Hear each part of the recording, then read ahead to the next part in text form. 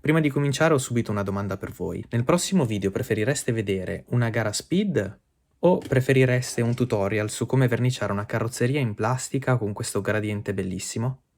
Fatemelo sapere qua sotto nei commenti perché chiaramente il video che sarà più votato sarà anche l'argomento del prossimo video. E inoltre se avete una qualsiasi altra idea scrivetemela sempre qua sotto perché la vostra idea potrebbe far parte di un prossimo sondaggio all'interno di un altro video e potrebbe addirittura essere realizzata qua sul canale. Adesso che avete lasciato qui sotto il vostro commento, possiamo cominciare. Amici, ovviamente bentornati al Garage della Bassa e oggi, come vi ho promesso nel post pubblicato sulla community qualche giorno fa, vi parlerò del mio setup Bimax montato su telaio Super 2. Ci tengo a precisare una cosa prima di cominciare: tutto ciò che dirò oggi si basa sul regolamento Bimax, non confondetelo per favore con il regolamento Expert o con quello iClass. Se volete copiare questo setup fatelo, ma mi raccomando assicuratevi di partecipare a eventi Bimax, perché in eventi con altri regolamenti chiaramente la vostra mini montata così com'è potrebbe essere squalificata. Questa mini, come avete visto nello scorso video, se non l'avete visto è quello con questa miniatura, è riuscita ad arrivare in finale alla sua prima gara piazzandosi a un onestissimo terzo posto. Sono molto soddisfatto di questo risultato, della consistenza di questa mini 4VD soprattutto nelle qualifiche. È riuscita ad arrivare seconda in finale, poi purtroppo per un po' di sfortuna con delle uscite imprevedibili siamo arrivati terzi, ma noi accettiamo comunque così com'è. Questa mini sotto diversi aspetti, uno nel muso, uno nella coda e uno all'interno, quindi con gli ingranaggi, può essere molto interessante, quindi voi osservate perché qualche idea che vedrete qui potrebbe anche tornarvi utile. E quindi cominciamo subito parlando del muso di questa mini 4VD. Potrete notare che ho deciso di montare il frontale della R, anzi in realtà si tratta di due frontali della R in FRP che sono incollati tra di loro, perché vi ricordo che il regolamento Bimax permette di incollare due piastre tra di loro. Al contrario di molti ho deciso di non utilizzare né la banana né il frontale universale, ma quello della R, essenzialmente per due motivi. Di uno ve ne parlerò dopo, quando parleremo della coda di questa mini 4VD, l'altro invece ve lo dico adesso, e cioè che siccome ho deciso di montare davanti i cuscinetti da 9 mm, questa piastra mi permette di avere un frontale più arretrato rispetto agli altri tipi di supporti per i roller. Inoltre, come potete vedere qui sotto, ho deciso di mettere un inclinatore. In questo momento è settato su 2 gradi, vedete 1 e 2, ma durante il video che avete visto della scorsa gara addirittura erano 3. Ho deciso di ridurli perché comunque ho notato che non ha mai avuto difficoltà ad affrontare il cambio di corsia e voglio vedere se posso osare ad avere un po' più di velocità in curva, riuscendo comunque a rimanere al pelo al ponte, al cambio corsia. Una cosa essenziale però di questo frontale, eccola qua. La possiamo trovare sotto. Io questa cosa non l'ho vista montata ancora a nessun altro. Si tratta di una fibra in FRP che questa volta anche dovrebbe essere sempre il posteriore della R, montata in questo modo.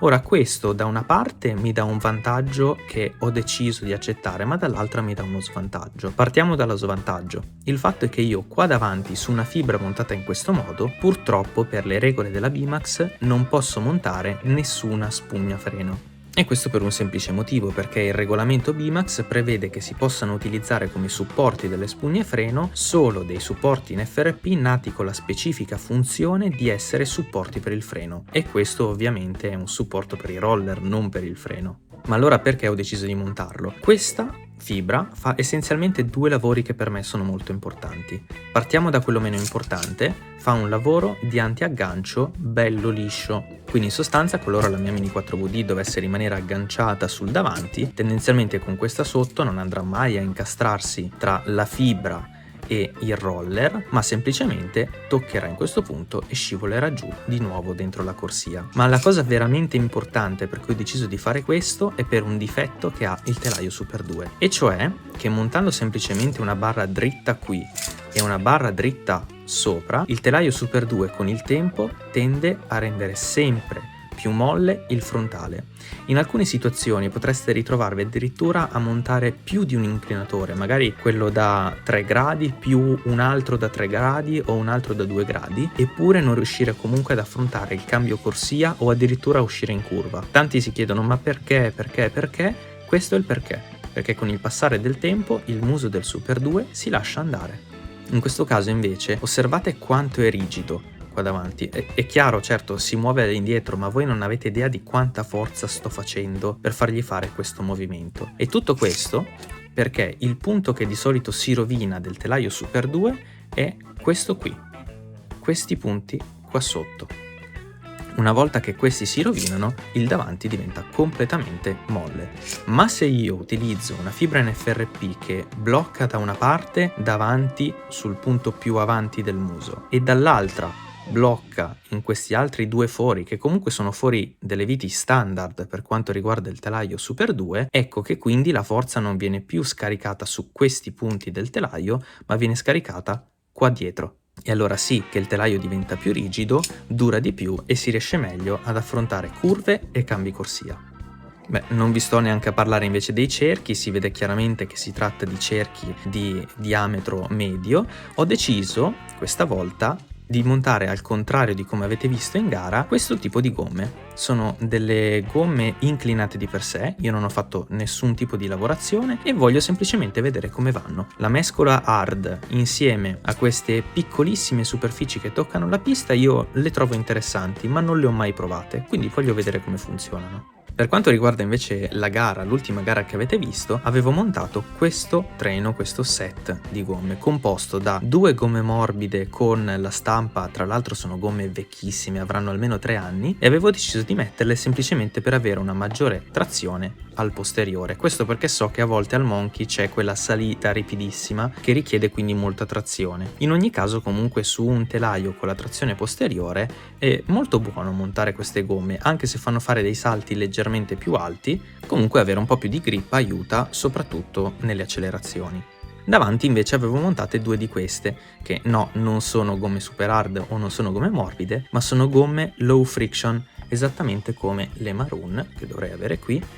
Il rendimento dovrebbe più o meno essere lo stesso, ma in realtà non ne sono proprio sicuro. Staremo a vedere magari in futuro, in un altro video, e che servivano banalmente a non importarsene niente in sostanza di quella che è la trazione, ma montandole davanti a scivolare meglio nelle curve per avere una maggiore velocità e scorrevolezza in curva. Ho deciso di montare dei cerchi rossi dietro e dei cerchi neri carbon davanti, non per motivi di stile, ma semplicemente perché, avendo forato questi cerchi, ogni tanto può capitare di forarne alcuni un po' storti e quindi non avere una rotazione perfetta anche se l'assale è perfettamente dritto. Questi banalmente mi sono riusciti molto bene e quindi ho deciso di montarli così per semplicemente avere un po' di prestazione in più. Del centrale del Super 2 non ve ne parlo nemmeno, solite alette, solito centrale, soliti damper. Passiamo invece a qualcosa che può essere molto interessante, cioè il posteriore di questo Super 2. Come vedete ho deciso di fare non un full FRP o supporto carbon, ma ho deciso di montare questo supporto in plastica carbon, nato specificamente per questo telaio,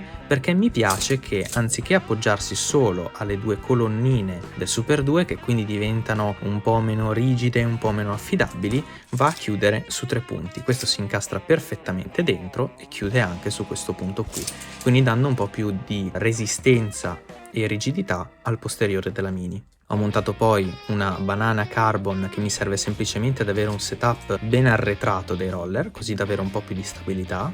Ho deciso di montare i roller, anzi i cuscinetti da 13 mm perché mi piace la loro scorrevolezza, sono veramente belli, corrono tanto bene in curva, sono molto pesanti ma sono anche molto stabili lateralmente. Sotto la solita piastra come antiaggancio e infine guardate bene la piastra freno. Vedete che questi punti non coincidono con questi punti del telaio? Ebbene sì, perché ho deciso di montare un freno arretrato. La piastra del freno, il piattone del freno, va semplicemente a essere mantenuta da questi 2 punti qui del supporto carbon. Il freno più lungo può essere utile proprio dal fatto che io davanti freni in teoria non ne potrei montare, quindi un freno più lungo permette di cominciare la frenata prima e quindi di avere una frenata più efficiente al posteriore. Questo può essere un bene in alcune piste, può essere un male in altre, però tendenzialmente funziona abbastanza bene. Adesso dovrò testarlo ancora un pochino meglio per vedere se va bene in diverse situazioni. E qua arriviamo alla seconda spiegazione, cioè al perché ho deciso di montare questa piastra davanti, e la risposta sta nella measure box, perché avendo questo supporto frontale completamente piatto, anche arretrando il freno ottengo questo risultato. cioè che la Mini entra perfettamente e c'è giusto qualche millimetro di spazio. Capirete bene anche voi che se avessi montato un altro tipo di piastra, molto probabilmente qui non sarei riuscito a rientrare nelle misure da regolamento Bimax. Tralasciando la carrozzeria, che penso ci sia veramente ben poco da dire, mi pare che sia quella del Panda Racer, andiamo a rimuoverla e vedere al suo interno l'ultimo segreto. Innanzitutto, aprendo il carter, possiamo vedere che tipo di rapporti ho usato. L'avete già visto nello scorso video, quindi rapporti da 3,7 a 1. Sono sempre rapporti da estrema velocità, però questi, al contrario del rapporto azzurro da 3,5 a 1, permettono di avere un po' più di coppia e un po' meno di velocità massima. Nella scorsa pista questo ingranaggio si è comportato molto meglio rispetto a quello azzurro e quindi ho deciso di mantenerlo. In piste con molti più rettilinei quello azzurro potrebbe essere la scelta migliore. A questo ingranaggio inoltre, di fianco al cuscinetto, ho deciso di aggiungere una piccola rondella che serve per un semplicissimo motivo, cioè per ridurre il movimento laterale dell'ingranaggio all'interno del carter. E adesso che abbiamo tolto il carter, tada! Guardate che macello che c'è qua dietro, ci ho messo una vita per riuscire a raggiungere il compromesso giusto. E adesso vi spiego anche a che cosa serve tutto questo. Ci tengo a precisare, in tutto questo non c'è assolutamente alcuna modifica, quindi per il regolamento Bimax, vi ricordo regolamento Bimax, tutto questo è assolutamente regolare. Come potete vedere, grazie a tutto questo sistema, riesco a fare in modo di diminuire il gioco dell'ingranaggio della trasmissione. Provo ad avvicinarmi il più possibile, non va a toccare contro il supporto in plastica del telaio, ma semplicemente si va a bloccare contro tutto questo sistema che va fino contro all'altro cuscinetto delle ruote. In questo modo, come vi spiegavo nel video del gear positioning, del posizionamento degli ingranaggi, nel momento dell'impatto, magari di un'uscita o di un impatto contro un muro o di qualsiasi altra cosa, gli ingranaggi, anziché trovarsi molto distanti tra di loro e quindi potrebbero rompersi, si trovano più all'interno, quindi vanno a fare forza su una maggiore superficie e quindi si permette in questo modo di avere sì una maggiore trazione, ma anche una maggiore resistenza dell'ingranaggio agli impatti. Come potete notare, con tutto questo comunque non si rinuncia alla scorrevolezza. Inoltre, come vedete, ho deciso di mantenere l'assale della trasmissione stock. A me questi piacciono molto, ne ho veramente una marea, mi piace utilizzare questi e credo che in una categoria come la Jump non faccia una grossa differenza utilizzare la versione di questi assali venduta separatamente rispetto a quelli stock. Secondo me questi funzionano benissimo e come vedete, come vi ho fatto vedere poco fa, la scorrevolezza comunque non è compromessa. Andiamo adesso a vedere davanti.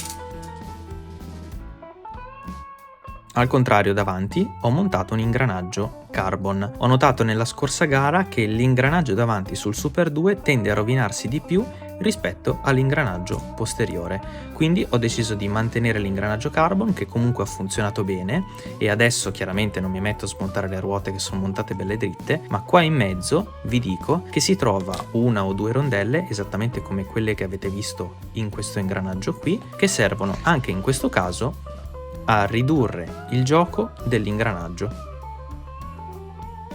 Il motivo è sempre lo stesso che vi dicevo prima, fare in modo che i denti siano di più dentro l'uno all'altro, così da migliorare la trasmissione e ridurre il più possibile la possibilità che si rompano in caso di uscita e di impatto. Ora rimontiamo la Mini.